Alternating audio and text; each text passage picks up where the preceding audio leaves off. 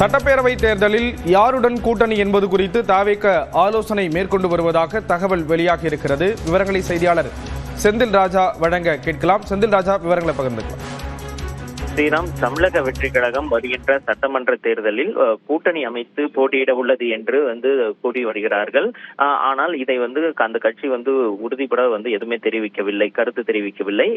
குறிப்பாக அந்த கட்சியோட இணை பொதுச் செயலாளர் டிடிஆர் நிர்மல்குமார், ஆதவர்ஜனா உள்ளிட்டவர்கள் கூட்டணி இல்லை, எங்களுடைய நிலைப்பாடு எது மாற்றம் இல்லை, நாங்கள் தனித்துதான் போட்டி என்று கூறி வருகிறார்கள். இந்த நிலையில்தான் தற்போது சிறிது நேரத்திற்கு முன்பாக தமிழக வெற்றி கழகத்துடைய மாவட்ட செயலாளர்களுடைய ஆலோசனை கூட்டம் நடைபெற்றிருக்கிறது. காணொலி வாயிலாக நடைபெற்றிருக்கிறது. அதில் கட்சியின் பொதுச் செயலாளர் கலந்து கொண்டு பல்வேறு விஷயங்கள் குறித்து பேசியிருக்கிறார்கள்.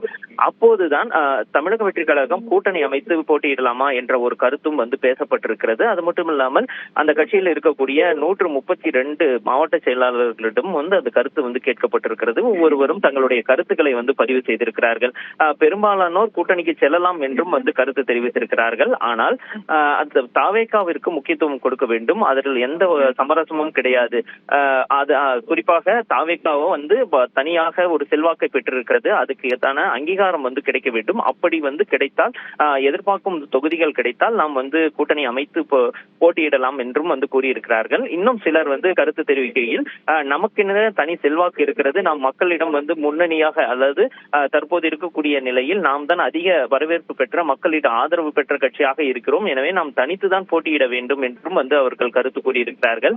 இப்படி இரண்டு கருத்துக்களும் பரிமாறப்பட்டிருக்கிறது. கூட்டணி தொடர்பாக தற்போது அந்த காணொலி வாயிலாக ஆலோசனை நடைபெற்றிருக்கிறது. ஸ்ரீராம்,